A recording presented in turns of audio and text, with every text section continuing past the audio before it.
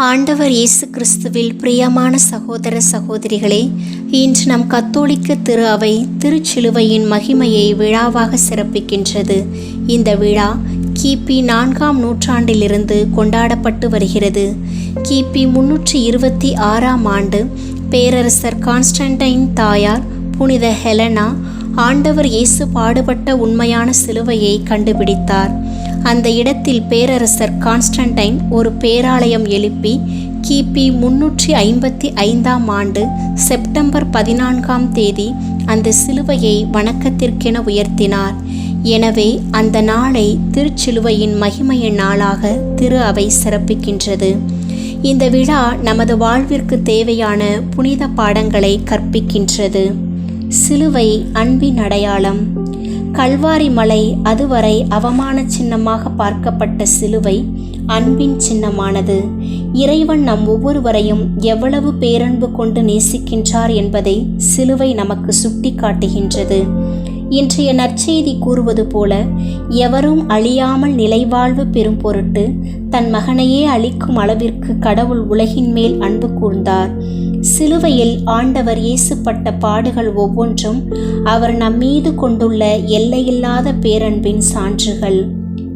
சிலுவையின் நேர்கோடு இறை அன்பையும் குறுக்கு கோடு பிறர் அன்பையும் அடையாளப்படுத்துகின்றன. சிலுவையின் வழியாய் மீட்கப்பட்ட நாம் ஒவ்வொருவரும் இறை அன்பிலும் பிறர் அன்பிலும் நாளும் வளர இந்த விழா நமக்கு அழைப்பு விடுக்கின்றது. சிலுவை வழி சீடத்துவம். லூக்கா நற்செய்தி 14வது அதிகாரத்தில், தம் சிலுவையை சுமக்காமல் என் பின் வருபவர் என் சீடராய் இருக்க முடியாது என சிலுவை சுமப்பதை சீடத்துவத்தின் அடிப்படையாக கட்டமைக்கிறார் ஆண்டவர் இயேசு. நம் அன்றாட வாழ்வில் சுமக்கும் சிலுவைகளில் நாம் தனிமையில் இல்லை. சிலுவை சுமந்த இயேசு நம் முன் செல்கிறார். நம் வாழ்வில் இறைவன் நியமித்திருக்கிற சிலுவைகளை ஏற்றுக்கொள்வோம். ஒருவேளை இந்த சிலுவை நாம் அதிகம் நேசித்த நபரின் இழப்பாக, பிரிவாக இருக்கலாம். நம்மை வாட்டும் உடல் நோயாக இருக்கலாம்.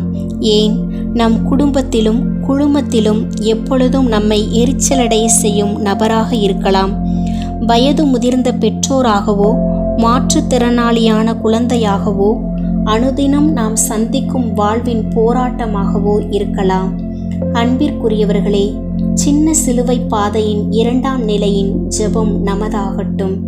இறைவா, எனக்கென நீ நியமித்திருக்கின்ற சிலுவைகளை பொறுமையோடும் அன்போடும் ஏற்றுக்கொள்ள வரம் தாரும். சிலுவை சுமக்கும் போதெல்லாம் சீடனாகின்றோம். சிலுவைக்கு மகிமை சேர்க்கின்றோம். சிலுவைதான் விண்ணகத்திற்கான ஏணி என்பதை நினைவில் கொள்வோம். சிலுவை தியாகத்தின் சின்னம். எனது இன்பம், எனது மகிழ்ச்சி, எனது நலன் என பெற்ற பிள்ளைகளை கூட தனது சந்தோஷத்திற்காக கொன்று போடுகிற பெற்றோர் வாழும் சுயநல உலகில் வாழ்ந்து வருகின்றோம். இன்று நம்மில் பலர் பணம், பதவி, பட்டம், அதிகாரம் என சுயநல வலயங்களில் சிக்கி கிடக்கும் சூழ்நிலையில் சிலுவையின் வழியாக தியாகத்தின் மேன்மையை சுட்டிக்காட்டுகிறார் ஆண்டவர் இயேசு. இன்றைய 2ஆம் வாசகம் கூறுவது போல், கடவுள் வடிவில் விளங்கிய அவர் தம்மையே வெறுமையாக்கி சிலுவை சாவை ஏற்றுக்கொண்டதன் வழியாக நம்மை தியாக வாழ்விற்கு அழைப்பு விடுக்கின்றார்.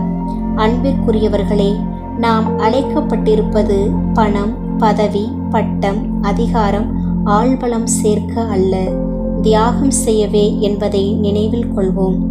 எனவே சிலுவை உணர்த்தும் அன்பு, தியாகம், துன்பங்களை துணிவோடு ஏற்கும் மனநிலை போன்ற மதிப்பீடுகளை வாழ்வாக்கும் போதுதான் நாம் உண்மையான திருச்சிலுவையை மகிமைப்படுத்த முடியும்.